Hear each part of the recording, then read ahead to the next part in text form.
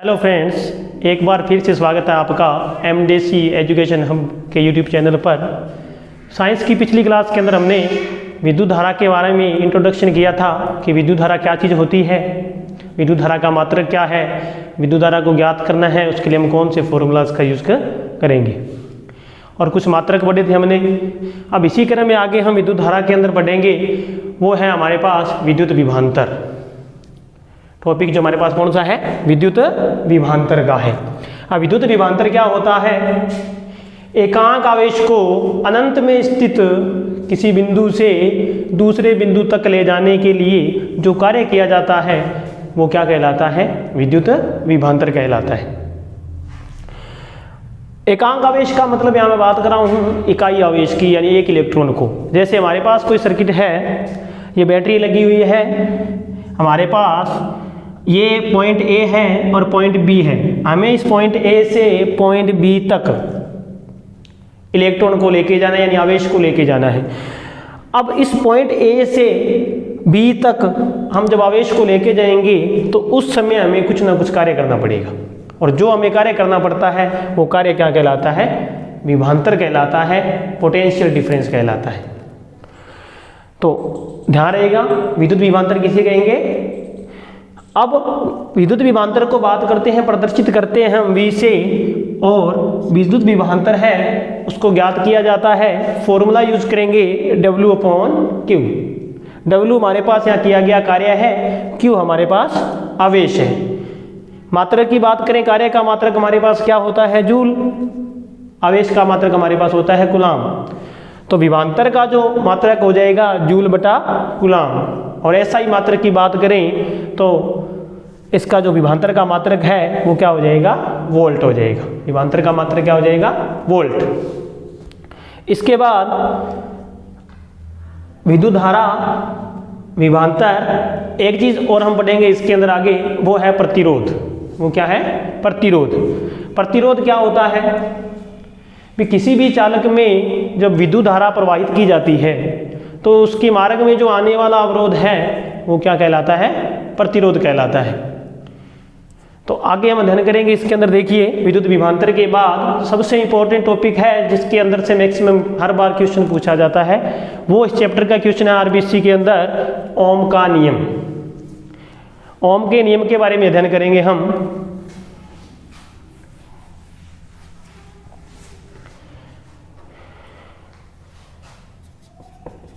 ओम का नियम। ओम ने एक नियम दिया था, वो क्या था कि किसी चालक के सिरों पर उत्पन्न जो विभवांतर है वो उसमें प्रवाहित होने वाली धारा के मान के समानुपाती होता है। किसी भी चालक के, जैसे हमने चालक की बात करी थी, पॉइंट ए और बी के बीच में हमने देखा था विभवांतर उत्पन्न हो रहा था। यहाँ से यहाँ तक जब करंट का फ्लो होगा तो विभवांतर उत्पन्न होगा। तो किसी भी चालक है उसके सिरों के मध्य जो विभवांतर है वो उसमें बहने वाली जो धारा है उसके मान के क्या होता है, समानुपाती होता है। और कंडीशन ये रहेगी कि इसकी जो भौतिक अवस्थाएं हैं चालक की वो स्थिर रहनी चाहिए। चालक की जो भौतिक अवस्थाएं हैं वो क्या रहनी चाहिए, स्थिर। यानी भौतिक अवस्था का मतलब चालक की लंबाई, उसका अनुप्रस्थ काट का क्षेत्रफल और ताप, वो है वो आपका क्या रहना चाहिए, स्थिर रहना चाहिए। तो किसी चालक के सिरों पर जो विभवांतर होगा वो उसमें प्रवाहित होने वाली धारा के मान के समानुपाती होता है। यही ओम का नियम है। देखिए, विभवांतर को हम लिखेंगे V से, धारा को हम प्रदर्शित करते हैं किससे, I से। यानी चालक के सिरों पर जो विभवांतर था वो धारा के मान के क्या होता है, समानुपाती होता है। समानुपाती का मतलब क्या हो गया, जैसे ये विभवांतर है हमारे पास, ये धारा है। समानुपाती का मतलब है अगर इसको विभवांतर है, ये बढ़ रहा है, या धारा बढ़ रही है तो विभवांतर भी बढ़ेगा, धारा घट रही है तो विभवांतर भी घटेगा। यानी उसी अनुपात में दोनों चीजें बढ़ेंगी, उसी अनुपात में दोनों चीजें घटेंगी। अब समानुपाती का निशान हटाएंगे तो एक नियतांक लगा दिया जाता है यहाँ, वो है I/R। R यहाँ पे एक नियतांक है जो प्रतिरोध के रूप में है। R जो नियतांक है वो किसके रूप में है, प्रतिरोध के रूप में। नियतांक का मतलब क्या होगा, कांस्टेंट का मतलब होगा कि इसका मान कभी भी इस ओम के नियम के अंदर इसका मान कभी भी चेंज नहीं होगा, नियत रहेगा। यहाँ से हम विभवांतर की गणना कर सकते हैं इजली, V = IRC, धारा और प्रतिरोध का मल्टीप्लाई करेंगे तो हमारे पास जो वैल्यू आ जाएगी किसकी आ जाएगी, विभवांतर की आ जाएगी। यहाँ से अगर हम देखें I का मान हमें निकालना है तो क्या हो जाएगा, V/R। यहाँ से हमें प्रतिरोध का मान निकालना है तो R = हो जाएगा V/I। यानी जब आपको किसी भी क्वेश्चन के अंदर विभवांतर, धारा और प्रतिरोध इन तीनों चीज़ों की बात करें और हमें एक चीज़ निकालनी हो तो इन तीनों फॉर्मूलाज की सहायता से हम आसानी से निकाल पाएंगे। क्लियर। उसके बाद हम देखते हैं ओम के नियम के अंदर ओम के नियम का जो प्रायोगिक सत्यापन है वो करेंगे।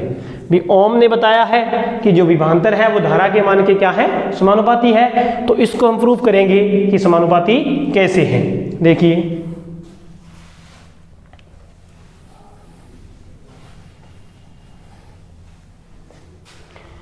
ओम के नियम का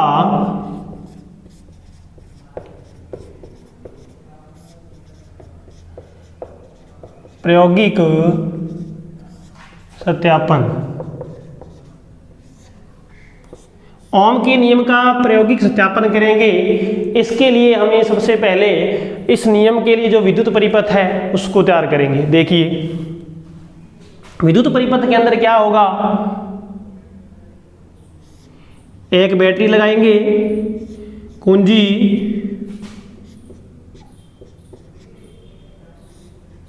यहां धारा नियंत्रक,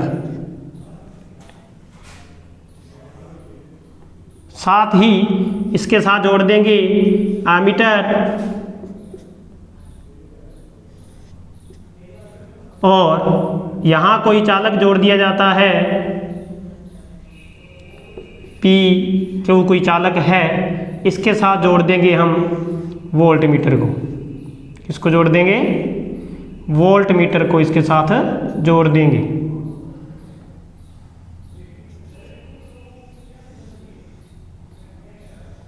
ये लीजिए, ये ओम के नियम का जो परिपथ है वो तैयार हो गया हमारे पास। यहाँ बैटरी लगा दी, कुंजी लगा दी हमने स्विच, और धारा नियंत्रक, एमीटर, वोल्ट मीटर और एक कोई चालक ले लिया PQ। अब देखिए इसके अंदर जो धारा प्रवाहित हो रही है वो है I धारा प्रवाहित हो रही है। ओम के नियम का प्रायोगिक सत्यापन करेंगे। इसमें सबसे पहले देखो क्या किया जाएगा, सबसे पहले जब इसका सर्किट तैयार करेंगे तो हमें बैटरी, कुंजी, धारा नियंत्रक, एमीटर और वोल्ट मीटर, इन सभी चीज़ों को हम श्रेणी क्रम के अंदर जोड़ देते हैं। बैटरी को, कुंजी को, धारा नियंत्रक, एमीटर और वोल्ट मीटर, इन सभी को हम श्रेणी क्रम के अंदर जोड़ देते हैं तथा जो हमारे पास चालक वस्तु PQ है इसको हम वोल्ट मीटर के साथ समांतर क्रम में जोड़ देंगे। जोड़ने के बाद हम क्या करेंगे कि इस परिपथ के अंदर विद्युत धारा को प्रवाहित करेंगे। जब परिपथ के अंदर विद्युत धारा प्रवाहित की जाएगी तो धारा का जो मान है वो हम नोट करेंगे किसकी सहायता से, एमीटर की सहायता से। जैसे ही परिपथ में धारा प्रवाहित करेंगे तो एमीटर की सहायता से हम ज्ञात कर लेंगे, मान ज्ञात कर लेंगे, पाठ्यांक नोट कर लेंगे कि विद्युत धारा है उसका मान कितना है। जैसे ही चालक में विद्युत धारा प्रवाहित होगी तो उसमें विभवांतर उत्पन्न होगा। विभवांतर है उसका मान उस समय हम नोट कर लेंगे किसकी सहायता से, वोल्ट मीटर की सहायता से। किसकी सहायता से ज्ञात कर लेंगे, वोल्ट मीटर की सहायता से। अब धारा प्रवाहित करने के बाद एमीटर से धारा माप लेंगे और वोल्ट मीटर से विभवांतर माप लेंगे, और मापने के बाद हम जो परीक्षण करेंगे वो कुछ इस प्रकार से हमें रिजल्ट मिलेंगे, वो हम देखेंगे। वो क्या मिलेंगे, इसकी टेबल बनाता हूं मैं। मान लिया हमने इस परिपथ के अंदर जो धारा प्रवाहित की थी वो 1 एम्पियर थी। धारा कितनी थी, 1 एम्पियर। तो हमने देखा कि उस समय जो विभवांतर था चालक में वो 2 वोल्ट उत्पन्न हो रहा था। विभवांतर कितना था, 2 वोल्ट। जैसे ही हमने देखा कि धारा के मान को हमने कर दिया दुगुना, दुगना किया तो विभवांतर भी क्या हो जाता है, दुगना हो जाता है, यानी विभवांतर कितना हो जाता है, 4 वोल्ट। जैसे हमने देखा कि धारा का मान हो गया 3 गुना, 3 गुना होते ही विभवांतर जो हमारे पास है वो भी कितना गुना हो जाता है, 3 गुना हो जाता है। ये प्रेक्षण नोट करेंगे। नोट करने के बाद हम विभवांतर और धारा के बीच में एक ग्राफ खींचेंगे, विभवांतर और धारा के बीच में एक ग्राफ खींचेंगे। ग्राफ खींचने के बाद हम देखेंगे कि विभवांतर और जो धारा के बीच में हमने ग्राफ खींचा है वो बिल्कुल एक सीधी रेखा प्राप्त होती है। विभवांतर और धारा के बीच में जो ग्राफ खींचेंगे वो हमें कैसे प्राप्त होगी, बिल्कुल एक सीधी रेखा प्राप्त होती है। यहाँ विभवांतर लिया हमने, यहाँ हम लेते हैं धारा, यानी विभवांतर और धारा के मध्य जब ग्राफ बनाएंगे तो हमें एक सीधी रेखा प्राप्त होती है। इसका मतलब ये है कि जो धारा और विभवांतर है उन दोनों के मान क्या है, एक दूसरे के समानुपाती है, यानी उसी अनुपात के अंदर मान इनका बढ़ेगा और उसी अनुपात में मान घटेगा। ये था हमारे पास ओम का नियम। इस ओम के नियम से जो बोर्ड परीक्षाओं में प्रश्न पूछे जाते हैं 3 या 4 प्रकार से पूछे जाते हैं। पहला प्रश्न सीधा बनता है यहाँ कि ओम के नियम को परिभाषित कीजिए या ओम के नियम का कथन दीजिए, तो हमें सीधी उसकी डेफिनेशन देनी है। दूसरा प्रश्न बनता है कि ओम के नियम को समझाइए या ओम के नियम को उल्लेख कीजिए, तब हमें ओम के नियम की डेफिनेशन और उसके जो 3 सूत्र हमने पढ़े थे वो देने हैं। और तीसरा जो क्वेश्चन बनेगा वो है कि ओम के नियम का प्रायोगिक सत्यापन कीजिए। तो प्रायोगिक सत्यापन है, हम उसका सर्किट परिपथ बनाएंगे और परिपथ बना के प्रेक्षण नोट करेंगे। प्रेक्षण नोट करने के बाद हम ग्राफ बनाएंगे और ग्राफ हमें कैसा प्राप्त होता है, एक सीधी रेखा। जब हमें ग्राफ के अंदर सीधी रेखा प्राप्त होगी तो ये सिद्ध हो जाएगा कि धारा है और जो विभवांतर है दोनों एक दूसरे के समानुपाती है। क्लियर। इसके बाद कुछ परिभाषाएं हैं जिनके बारे में हम देखेंगे, जैसे 1 एम्पियर को समझाइए, 1 वोल्ट को समझाइए, 1 ओम प्रतिरोध को समझाइए। अगर ऐसा पूछ लिया जाए तो उस समय में क्या करना है। देखिए, जैसे आपको पूछा जाता है कि 1 एम्पियर को परिभाषित कीजिए, धारा के अंदर आपको दे दिया कि 1 एम्पियर को परिभाषित कीजिए, यानी 1 एम्पियर किसे कहते हैं। तो धारा का हमने सूत्र क्या पढ़ा है, I = Q/T, आवेश बटा समय। यदि हम किसी भी चालक के अंदर देखें, यदि किसी चालक के अंदर 1 सेकंड के अंदर 1 कूलाम आवेश उत्पन्न हो रहा है, 1 सेकंड के अंदर 1 कूलाम आवेश उत्पन्न हो रहा है, इसका मतलब जो धारा का मान है वो कितना होगा, 1 एम्पियर। यानी देखिए समय हमारे पास है 1 सेकंड, यानी किसी चालक में 1 सेकंड में 1 कूलाम आवेश उत्पन्न हो रहा है तो उसमें प्रवाहित होने वाली धारा का मान कितना होगा, 1 एम्पियर होगा। क्लियर। दूसरा देखें, 1 वोल्ट देखें तो वोल्ट विभवांतर हमने देखा था, तो W में क्या था, Q। विभवांतर क्या था, W में Q था। यदि किसी चालक के अंदर 1 कूलाम आवेश उत्पन्न करने के लिए हमें 1 जूल कार्य करना पड़ता है, किसी चालक के अंदर 1 कूलाम आवेश उत्पन्न करने के लिए हमें 1 जूल कार्य करना पड़ता है, इसका मतलब वो कितना वोल्ट हो जाएगा, 1 वोल्ट कहलाएगा। 1 कूलाम आवेश उत्पन्न करना है, उसके लिए हमें कार्य करना पड़ा कितना, 1 जूल। तो जो वैल्यू आएगी वो क्या कहलाएगी, 1 वोल्ट कहलाएगी। आगे हम बात करते हैं प्रतिरोध की निर्भरता के बारे में। बात करते हैं किसके बारे में, प्रतिरोध की निर्भरता के बारे में। प्रतिरोध है उसका मात्रक होता है ओम, प्रतिरोध का मात्रक क्या होता है, ओम। तो किसी भी चालक के मार्ग में जो उत्पन्न बाधा है वो क्या कहलाती है, प्रतिरोध कहलाती है।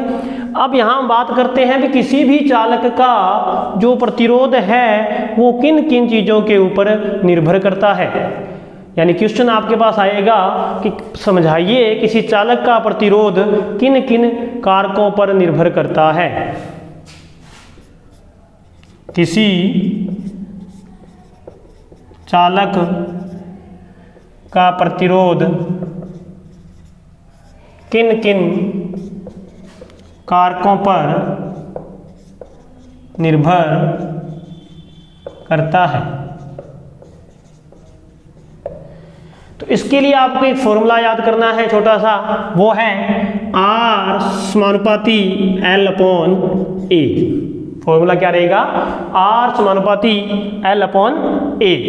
R हमारे पास उस चालक का प्रतिरोध है, L हमारे पास उस चालक की है लंबाई और A हमारे पास उस चालक का एरिया यानी कि क्षेत्रफल। अब देखो यहां से हमें दो चीजें क्लियर हो जाएगी। नंबर 1, R समानुपाती L यानी प्रतिरोध है वो उसकी लंबाई के ऊपर निर्भर करता है चालक की, यानी चालक का प्रतिरोध उसकी लंबाई पर निर्भर करता है। चालक की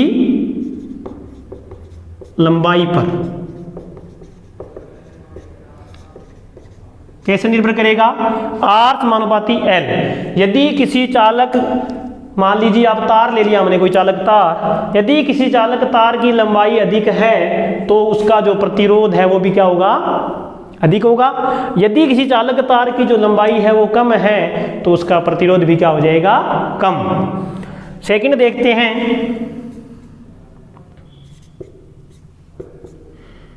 R व्युत्क्रमानुपाती A, यानी किसी भी चालक का जो प्रतिरोध है वो उस चालक के क्षेत्रफल के व्युत्क्रमानुपाती होता है। यानी व्युत्क्रमानुपाती का मतलब होता है, व्युत्क्रम का मतलब उल्टा। यदि किसी चालक का क्षेत्रफल अधिक है तो उसका प्रतिरोध क्या होगा? कम होगा। यदि किसी चालक का जो क्षेत्रफल है वो कम है, इसका मतलब उसका प्रतिरोध क्या होगा? अधिक होगा। यानी चालक के अनुप्रस्थ काट के क्षेत्रफल पर। तीसरा देखते हैं हम, चालक की प्रकृति पर। चालक की प्रकृति पर, प्रकृति का मतलब हो गया कोई भी चालक तार की, जैसे मैंने बात की है, तो कोई भी चालक तार है वो किस धातु का बना हुआ है? चांदी का बना हुआ है, तांबे का बना हुआ है, सोने का बना हुआ है, एल्यूमिनियम का है, उस चीज पे, यानी वो किस धातु का बना हुआ है, उसकी प्रकृति कैसी है, उसके ऊपर निर्भर करता है चालक का। हाँ, तो प्रतिरोध की बात की चालक की प्रकृति के ऊपर, यानी वो किस चीज का बना हुआ है। जैसे चांदी है तो चांदी का प्रतिरोध कम होता है, विद्युत धारा का सर्वोत्तम अच्छा चालक है जो चांदी। तांबा है, सोना है, उनका प्रतिरोध थोड़ा अधिक होता है। तो उसकी प्रकृति के ऊपर निर्भर करता है चालक का प्रतिरोध कि वो किस चीज का बना हुआ है चालक तार, उसके ऊपर। और निर्भर करता है वो किस पे करता है? उसके ताप पर, चालक के ताप पर। तो जो चालक का प्रतिरोध है वो मुख्य रूप से किन किन चीजों पर निर्भर करेगा? सबसे पहला चालक की लंबाई पर। चालक का जो प्रतिरोध है उसकी लंबाई के क्या होता है? समानुपाती, यानी दोनों का मान उसी एक अनुपात में बढ़ेगा और उसी अनुपात में घटेगा। सेकंड है उसके क्षेत्रफल पर। क्षेत्रफल और प्रतिरोध दोनों एक दूसरे के होते हैं व्युत्क्रमानुपाती, यानी उल्टा। क्षेत्रफल बढ़ेगा तो प्रतिरोध घटेगा और क्षेत्रफल घटेगा तो प्रतिरोध बढ़ेगा। उसकी चालक तार की प्रकृति पे निर्भर करता है प्रतिरोध और उसके टेम्परेचर के ऊपर यानी ताप के ऊपर निर्भर करता है।